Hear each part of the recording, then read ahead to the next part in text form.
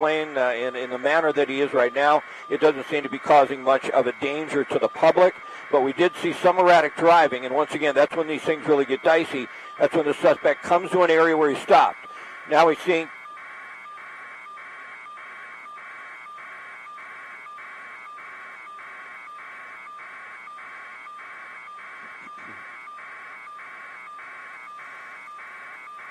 Oh, boy. Ooh. Yeah, close call there, and that's what happens in these pursuits, Leslie. You know, the suspect all of a sudden, once he got stuck into traffic and it looked like he's going to have to stop and maybe come to a complete stop with LAPD right behind him, the suspect started driving erratically from the carpool lane, swerving across all lanes on the 170 freeway southbound. I believe we're still on the Hollywood freeway. We are just passing the 101. I believe that's the Vineland on-ramp. Boy, look at how close that was. So it really gives you an idea that the suspect is somewhat desperate. He's not willing to get stopped. He's not willing to stop in that vehicle and get taken into custody. And you see the LAPD, they're somewhat cautious in these types of traffic conditions to really get right behind him because it can be so dangerous to the public.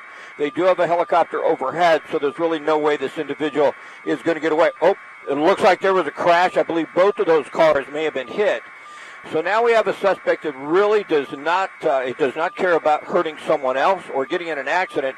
At this point in time, he's more concerned with just getting away, and that really makes these things extremely dangerous.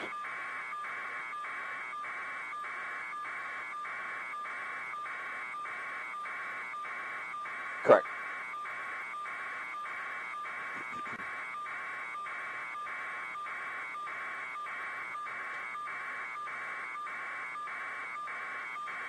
Oh, boy, look at that.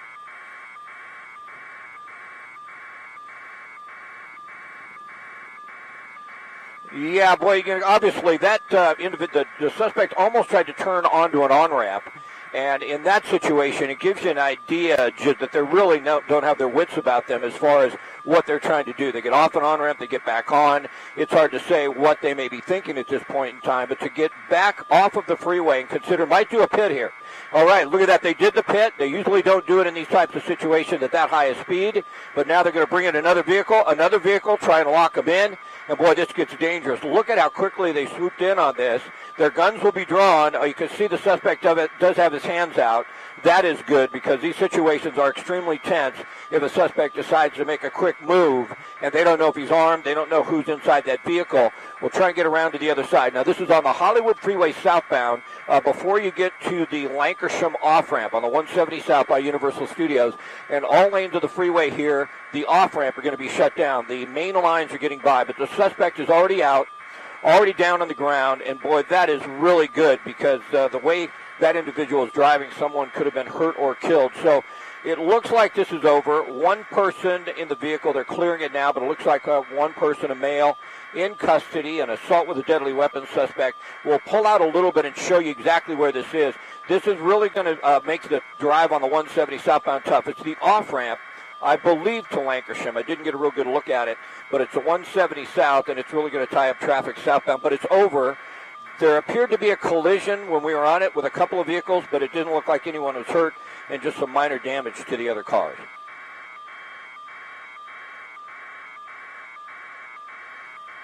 I'm trying to get confirmation on that, if we might be able to read the sign there, but there you go. It is Lankershim. So it is the off-ramp to Lankershim from the 170 freeway southbound.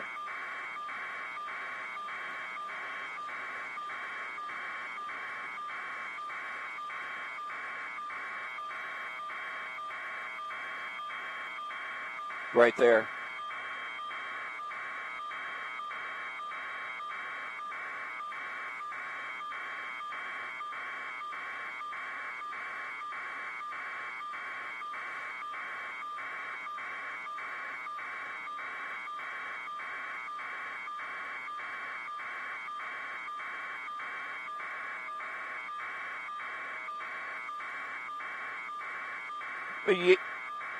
Yeah, that exactly seems to be the case. I think there were two cars, that vehicle and one other. Looked like they were struck, minor damage.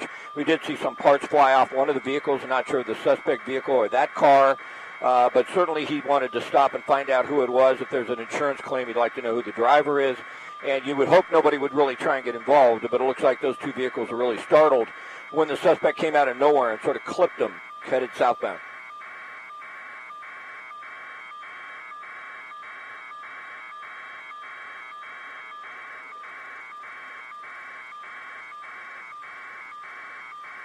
Yeah.